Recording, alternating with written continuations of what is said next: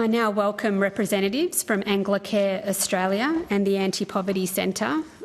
I understand that information on parliamentary privilege and the protection of witnesses giving evidence to Senate committees has been provided to you. For the Hansard record, will you please state your full names and the capacity in which you appear today? And we might start with you, Ms Aziz. Thank you. May Azizi, Deputy National Director of Anglicare Australia. Thank you. And Ms Powersmith.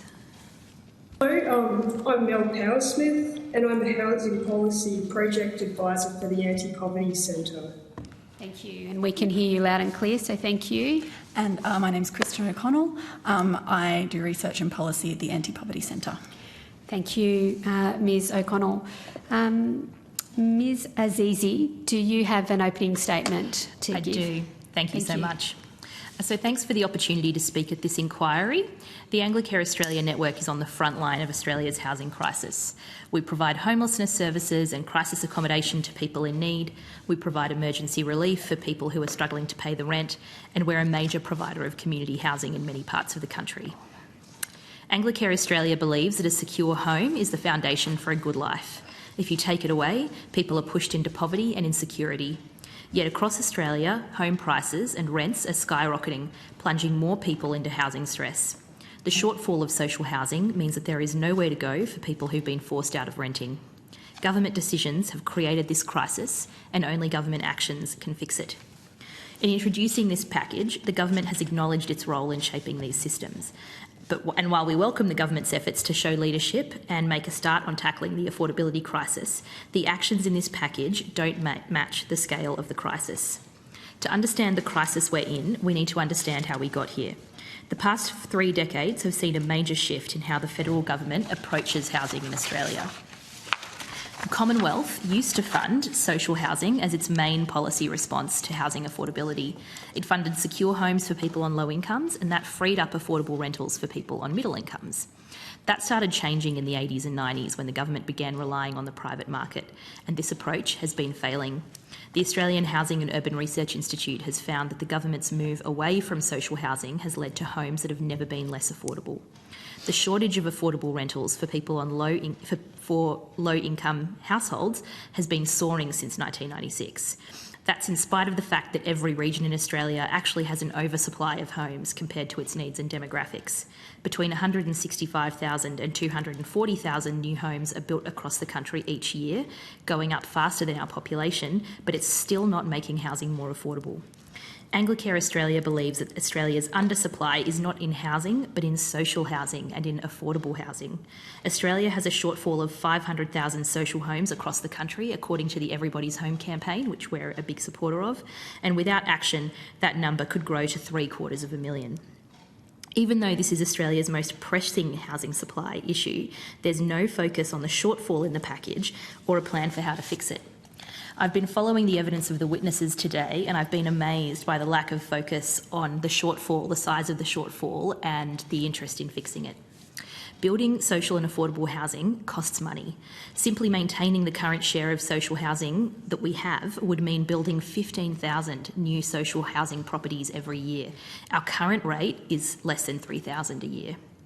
Even if we assume that everything goes right for the Housing Australia Future Fund, that high interest rates turn around, that inflation gets under control quickly, that it outperforms all of the other comparable funds that are having problems performing at the moment, and that it can deliver enough incentives to see 20,000 homes built over the next 5 years, that will still see Australia's housing shortfall get worse, social housing shortfall get worse and not better. It will still deliver less homes than have come off the National Rental Affordability Scheme, and it will still be on track for a shortfall of 750,000 homes shortfall by 2040. The way the fund is currently structured will not change any of that, even if everything goes according to plan. Anglicare Australia has 3 messages for the government for the fund. Firstly, if we want to keep calling this a $10 billion fund, then we'd call on the government to spend $10 billion. The number of people I've spoken to who wrongly believe that the government is spending $10 billion is shocking but not unpredictable. When people who are pretty well informed tell me, oh, the government's got this $10 billion fund, my answer is I'd love it if it were true, but it's not. To end the housing crisis, we have to spend real money. The size of our shortfall means that this problem is not going to be solved in a way that's cost neutral. If we aren't willing to make a spend, we aren't prioritising this issue. The question for government is housing as important as tax cuts for people on high incomes? Is it as important as submarines? Because again and again, we've seen that when the government really cares about something and wants to do something, it finds the money. Secondly, if we keep saying that this fund is going to deliver 30,000 or 20,000 homes, then make a binding commitment. Right now, the fund has a target, and that target is pretty small. We're calling on the government not to have a target, which it may or may not deliver, depending on whether everything goes right, depending on market settings, but to commit to deliver those homes. If the fund doesn't deliver the returns, make a capital investment in social housing. Finally, this fund needs to be accompanied by a real plan and a real strategy to end our social housing shortfall. Right now, this fund has been warmly welcomed by the community housing industry because it's going to be really useful for their viability and their investment prospects. That's important. Having a viable community housing sector is a good thing, but it's not the same thing as having a plan to end the social housing shortfall. The committee and this government owes it to hundreds of thousands of Australians who are in severe housing stress to make this package meaningful. Thank you. Thank you very much, Ms Azizi. Ms O'Connell. Yes, Mel, I think, is going to go first, and then I'll just add a couple of comments. Okay, Ms Powersmith. I join this hearing from Yagara Turrbal country and pay respect to elders across the continent. The Anti-Poverty Centre recognises the welfare systems of so-called Australia that we seek to change are a tool of colonial violence. The experts in poverty and inequality are the people who live it. I lived in community housing. My experience was so harmful, my psychologist told me to get out. There's a human cost to residualisation, the targeting that creates concentrated communities of people with complex needs. My colleague, Kristen, is likely to have no home in 2 weeks. She's waiting on the waiting list for social housing, years away from help. She's discriminated against by landlords because she relies on Centrelink. She spends nearly all of her payment on rent to live near her doctors. We're in this situation because of a dramatic policy shift. Governments decided to rely on the private rental market to house people on low incomes, rather than ensure access to public housing for everyone who wants it. A safe, secure home is an investment in people's lives and futures, but you see it as a cost. With this housing plan, the government isn't just choosing to continue policies like negative gearing and rent assistance that fail us, but to make things worse by gambling our potential social homes on the stock market. This approach is not good for people in poverty. It is only good for the investment managers, the property developers and the landlords, both individual and institutional, who'll get their hands on public money. It's the kind of plan that gets cooked up when you put foxes in charge of the hen house, the people you call experts. There's something even worse than this obsession with the market at all costs. It's the way the government designed this fund that means it could deliver 0 homes. If, as the Future Fund 2022 annual report predicts, investment returns are lower than they've been in the past. The Housing Australia Future Fund is not a solution to the housing crisis. In 5 years, we'll be further behind than we are now. It should be thrown out. It is time for the government to listen to those of us who know and take urgent action to meaningfully improve our housing security. This brings me to the farcical Housing Supply and Affordability Council, which is led by a property developer. In our submission, we have provided specific proposals about how the composition of the council must be changed. The bottom line is vested interests need to get out, and people who need homes need to be included. the real experts, the people with direct experience of homelessness, social housing residualisation and severe housing stress in the private market, must have a prominent role in the council. We urge the government not to take a bet on our lives and futures on the stock market or the kindness of property investors. We have provided you with many alternatives. Go beyond this bill and do something meaningful to leave a legacy that Labor can be proud of. Take your responsibilities seriously. Work with us and other levels of government urgently to protect renters. Then move away from targeting and policies that have undermined housing affordability towards universal access. Directly invest in beautiful, high-quality public homes that people want to live in, so everybody's basic right to shelter is upheld. Thank you. Thank you very much. Indeed, Ms Powell-Smith and Ms O'Connell. Yeah, sorry, I've just got a couple of things to add based on what we've been hearing today. And I did want to make one correction as well. There's an error in our submission, typo. I did say in there that those who can't afford to be in the landlord business should not get out of it. I did actually mean to say that those who can't afford to be in the landlord business should get out of it, because obviously we're all suffering greatly right now from private landlords passing on mortgage cost increases to us, and it's not our fault that they've over-leveraged.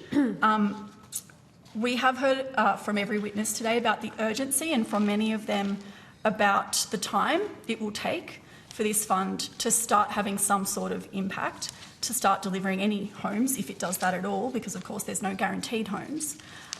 So that's why we have put forward a number of urgent proposals that we know that they are not specifically about this bill, but we really urge the government to take seriously how many people have become homeless recently, how many more are going to become homeless, and how much longer people are going to be homeless if serious action is not taken.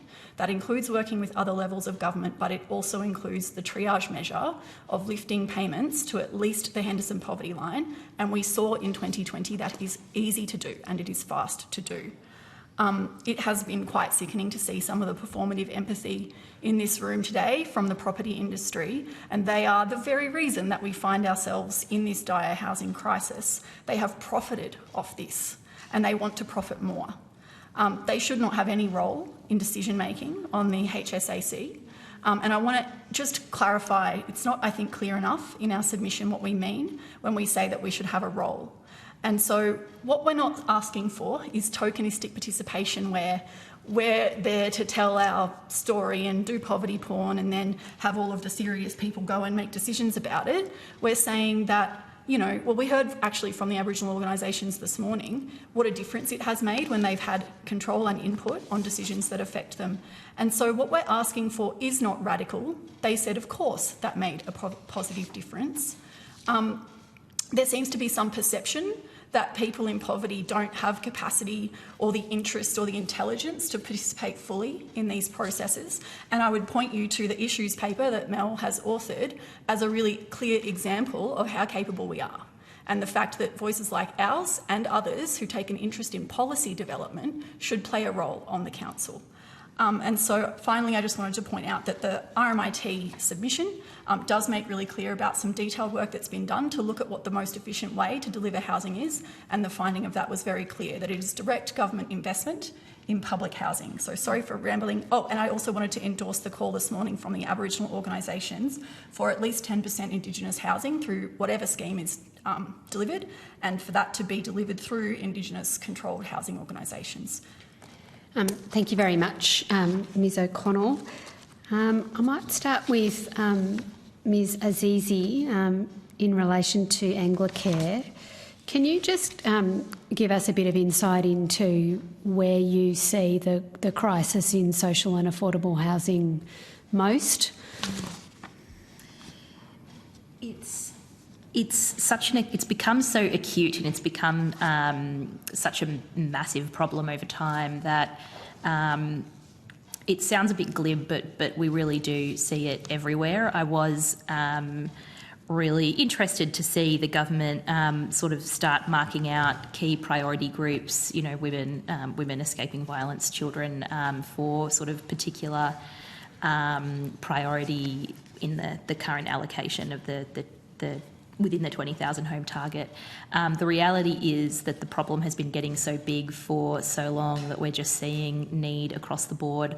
I was doing a media interview a few weeks ago in Sydney, and there was a person who I was doing the interview with, a person telling their story to the journalist, and she'd been on the social housing waiting list for about 10 years. So we are seeing that this is a major issue right across the board. There are parts of the country that it is particularly difficult to be on the waiting list, and there are parts of the country where other people earn really high incomes. We're here in Canberra, and we know that Canberra is a really difficult place to be a person on a low income because average rents get to be so high.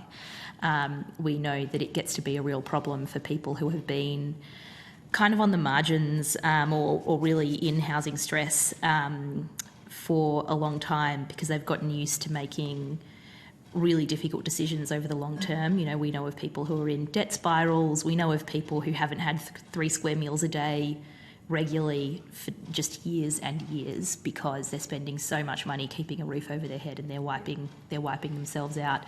We know of people, we actually know of a family in southeast Queensland that's living in a car, you know. So we are seeing this impact, this crisis impact on all kinds of demographics.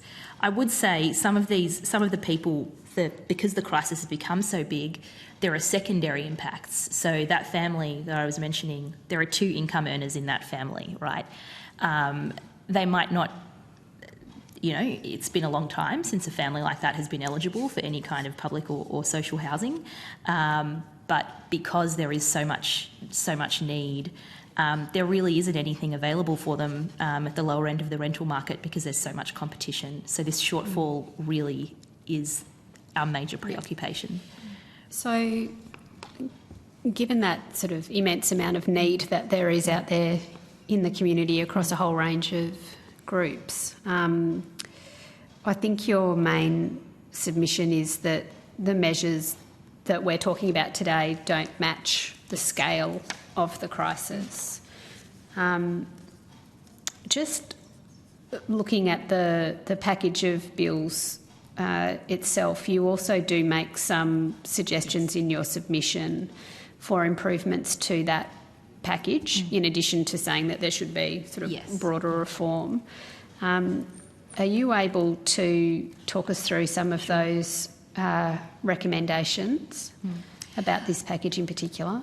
Well, the first thing I'll say is I agree with the evidence given by both Mel and Kristen about the need for, you know, real representation but also leadership of people with lived experience on the council. We have that in our submission.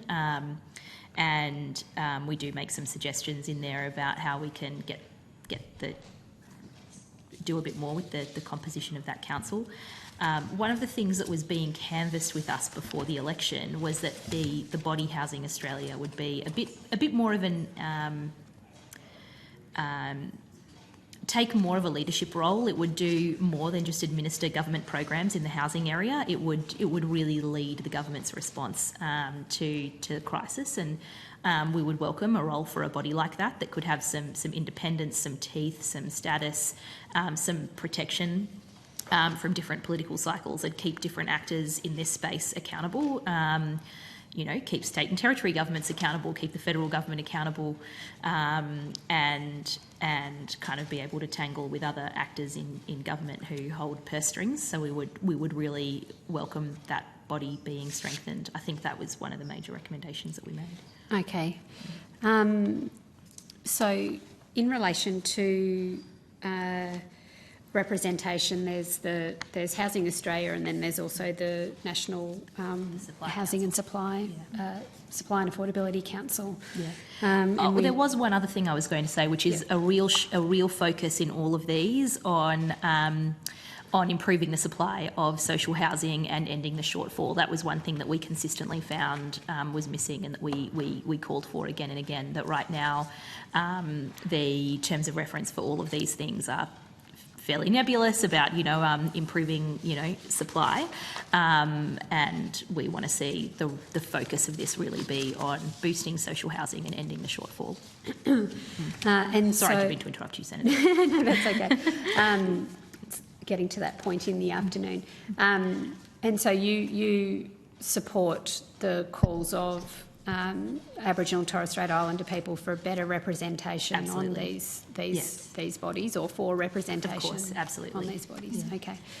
I just jump in and clarify one thing too. I think we've put in our recommendations that obviously organisations that will directly profit should not be involved in making decisions on the Affordability Council. So they may be there to provide useful input, as some of them have today at this hearing, but they should not be involved in making decisions about what will be recommended to government, because they have a direct vested financial interest in what those decisions say. Okay. Ms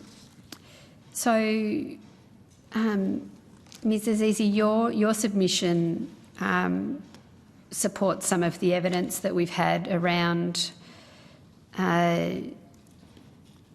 government maintaining the value of the fund over time. And are you, I guess overall, is your submission that the scale of the problem is very large? This does something with the scale of the problem. You'd like to see much more done. But what is the formal position of Anglicare Australia in relation to whether the bill should be passed, or whether it shouldn't be passed? If we were given that binary choice, we would say strengthen it and pass it. I mean, I think, though, we need to be really clear about the limitations of this fund. I think this fund ultimately is really about bringing some good and important investment into community housing, promoting the viability of the sector, but that the government needs to do more if it wants to have a plan to end this social housing shortfall. And we note in our submission, and we're on the record as saying again and again, we're calling for the government to build 25,000 social homes every year for the next 20 years to end that social housing shortfall. Yep. Thank you. I'll go now to Senator McKim. Senator McKim. Thank you. Can you hear me okay? Yeah, we can. Thank you. Great, thank you, and good afternoon, folks. Thanks for your time today. I wanted to ask both the Anti-Poverty Centre and Anglicare, firstly, how does the scale of the investment that is projected in the Housing Australia Future Fund compare with the need for social and affordable housing around the country? And perhaps as a secondary question, how does the scale of investment in the HAF compare with historic levels of public housing construction in Australia? I have some numbers, and fortunately, so yeah. Yep. Mel, did you want to go first? Yeah. So it compares pretty poorly to historical patterns of investment.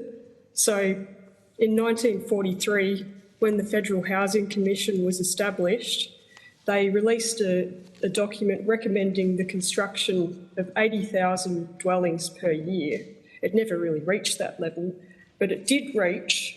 So this is between 1945 and 1995.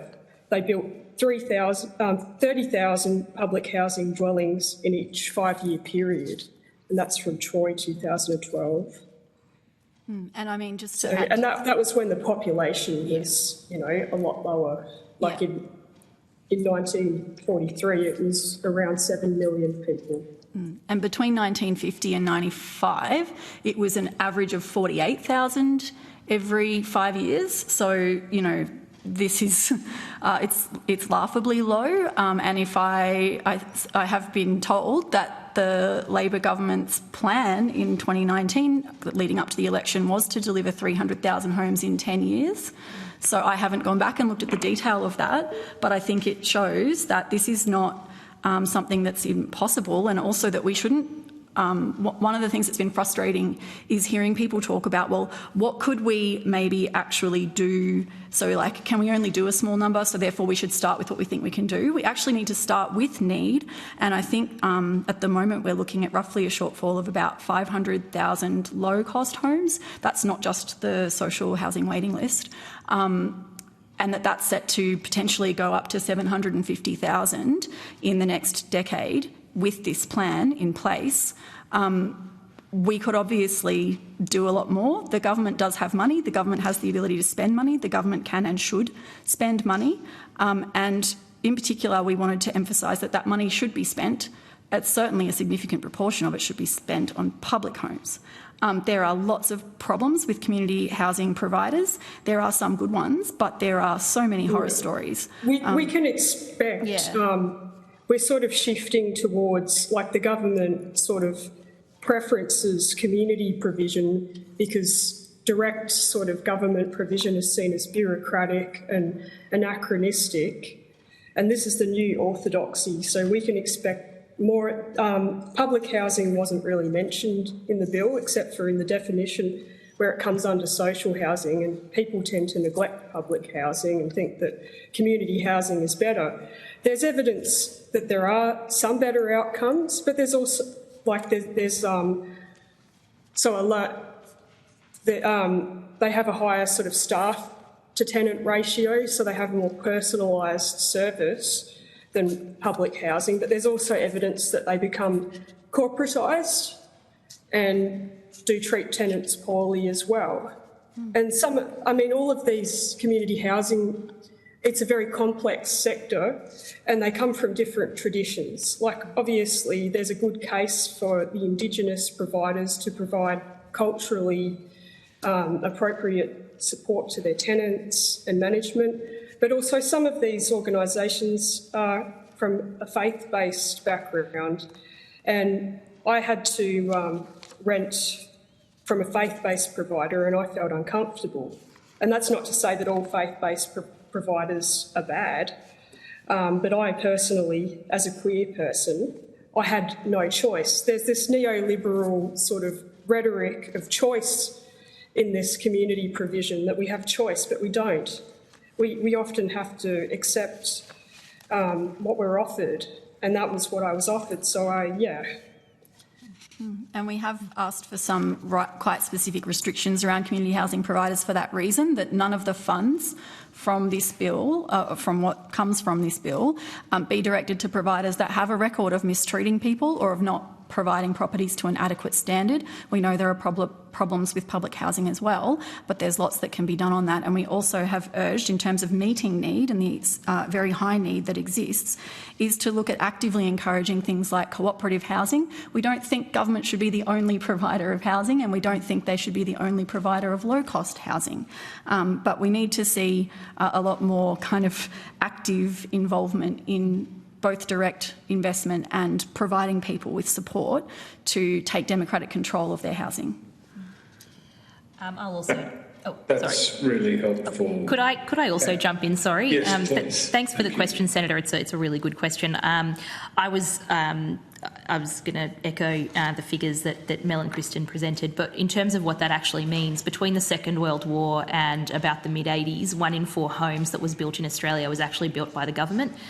So the government used to be a very major builder, very major builder of homes. And for most of that period, what housing looked like in Australia was that you were either owned a home, or you were renting because you were saving to buy a home, or you were a working person and you were probably in social housing. And most people who were on sort of not just very low incomes, in dire straits, having all sorts of problems in their lives, but just average people on sort of low-ish incomes, working people, could expect to have a secure life in social housing. We've now come to a place, in terms of the second part of your question about what the need is, where just waiting lists around the country, there are about 420,000 people on waiting lists around the country, and actual need is a lot higher than that. There are about 640,000 Australians in fairly severe rental stress, people who could be eligible but haven't taken that step of apply and getting onto a waiting list. So there's all sorts of ways that you could make this system viable, looking back to things we've done in the past. Again, you know, we're here in Canberra. Canberra, until quite recently in its history, was really made up of mostly public housing. It was a way to attract public servants to Canberra, but it also helped keep the system viable because you had a lot of people on high incomes paying market rents. Now we're in a situation where public housing, community housing, is really expensive to maintain because it's just, as Kristen and Mel have both said in their evidence, it's so highly targeted that it is adding to the kind of it's giving the government a talking point about it's decreasing the revenue from the rents. Yeah. And just to pick up on that point about rental stress and the need coming from that, I mean, this fund, I don't think a single dollar from this should be going to what we so-called affordable housing, because, you know, I have a recent example. I am desperately looking for a home right now and unlikely to find one. So, of course, I looked at a tiny, tiny studio that is $500 a week. Now, the eligibility criteria for these homes are a joke. They are literally designed to put people in rental stress. The $500 a week rent came along with a cap for a single occupant of $62,000 a year. That's an after-tax income of around $51,000 a year. So the plan is for a person to be paying a minimum of 50% of their income in rent. It's just totally infeasible to think of what is currently going on in terms of affordable housing as any part of the solution to this. Sorry, Ms. O'Connor, what city is that in? I live in Glebe in Sydney. It is the worst, I think. So I actually looked this up recently. The Tenants Union of New South Wales has a wonderful tool where they publish bond lodgements. And I found that in Glebe over the past year or something, in the lowest quartile, rents have gone up by 30% in a year. I personally copped a 25% increase in July, and now I have to get out. So it's because they're tagged to market rates, right? That's the problem. So I know there's been a lot of recommendations in the submissions around, the kind of 30-40 rule. I don't particularly care what it is as long as it's everyone has access to an affordable home. And at the moment, I don't even think that rule would deliver it. Thanks. I'm really sorry to hear that news. Can I ask whether anyone has any views about the model that's being proposed here, that is investment into a future fund, and specifically compared to something like, radical, like the government just building houses itself, whether you had any views on the efficacy of the model that is proposed by the framework in this legislation?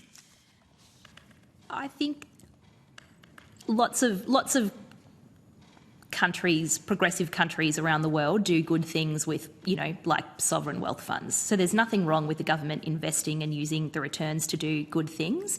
I think what I would say is the scale of this, coupled with the scale of the problem, means that it's not really going to be a solution. The government isn't going to get to end this shortfall off budget. It's going to need to make an actual capital investment if it's going to build the homes that we need. That's not to say that a fund like this can't be useful, can't have useful applications, can't be good for bringing some investment into the sector, can't be good for funding some maintenance. Certainly, if we had no shortfall, a fund like this could be quite useful for maintaining homes and helping us stay on top of population growth and things like that. But it's not the solution to the problem that we have. I'd like to comment as well. I think using hypothecation to fund the scheme is just taking a gamble, and we don't know what the economy is going to do. You've got to think of it as an investment, because people living in stable housing will be working and raising their kids, and that will have an economic return for society. And it actually costs money for people to be homeless. It costs for our criminal justice system and our health system. So you've got to think about the broader picture. And people, we know of cases where people do feel safer criminalising themselves because they'll have a roof over their head and they'll have food. I mean, that's the situation we're in. I did want to add to that point that we oppose the passage of the bill for the reason that investment funds rely on increasing inequality and public investment is inherently redistributive. Why should we be relying on a mechanism that involves profits being squeezed from workers to pay for the things that people on the lowest incomes need, when we could simply be saying, let's tax people who have too much money? And there are a lot of people on this continent who have too much money. If I could actually just add one thing, I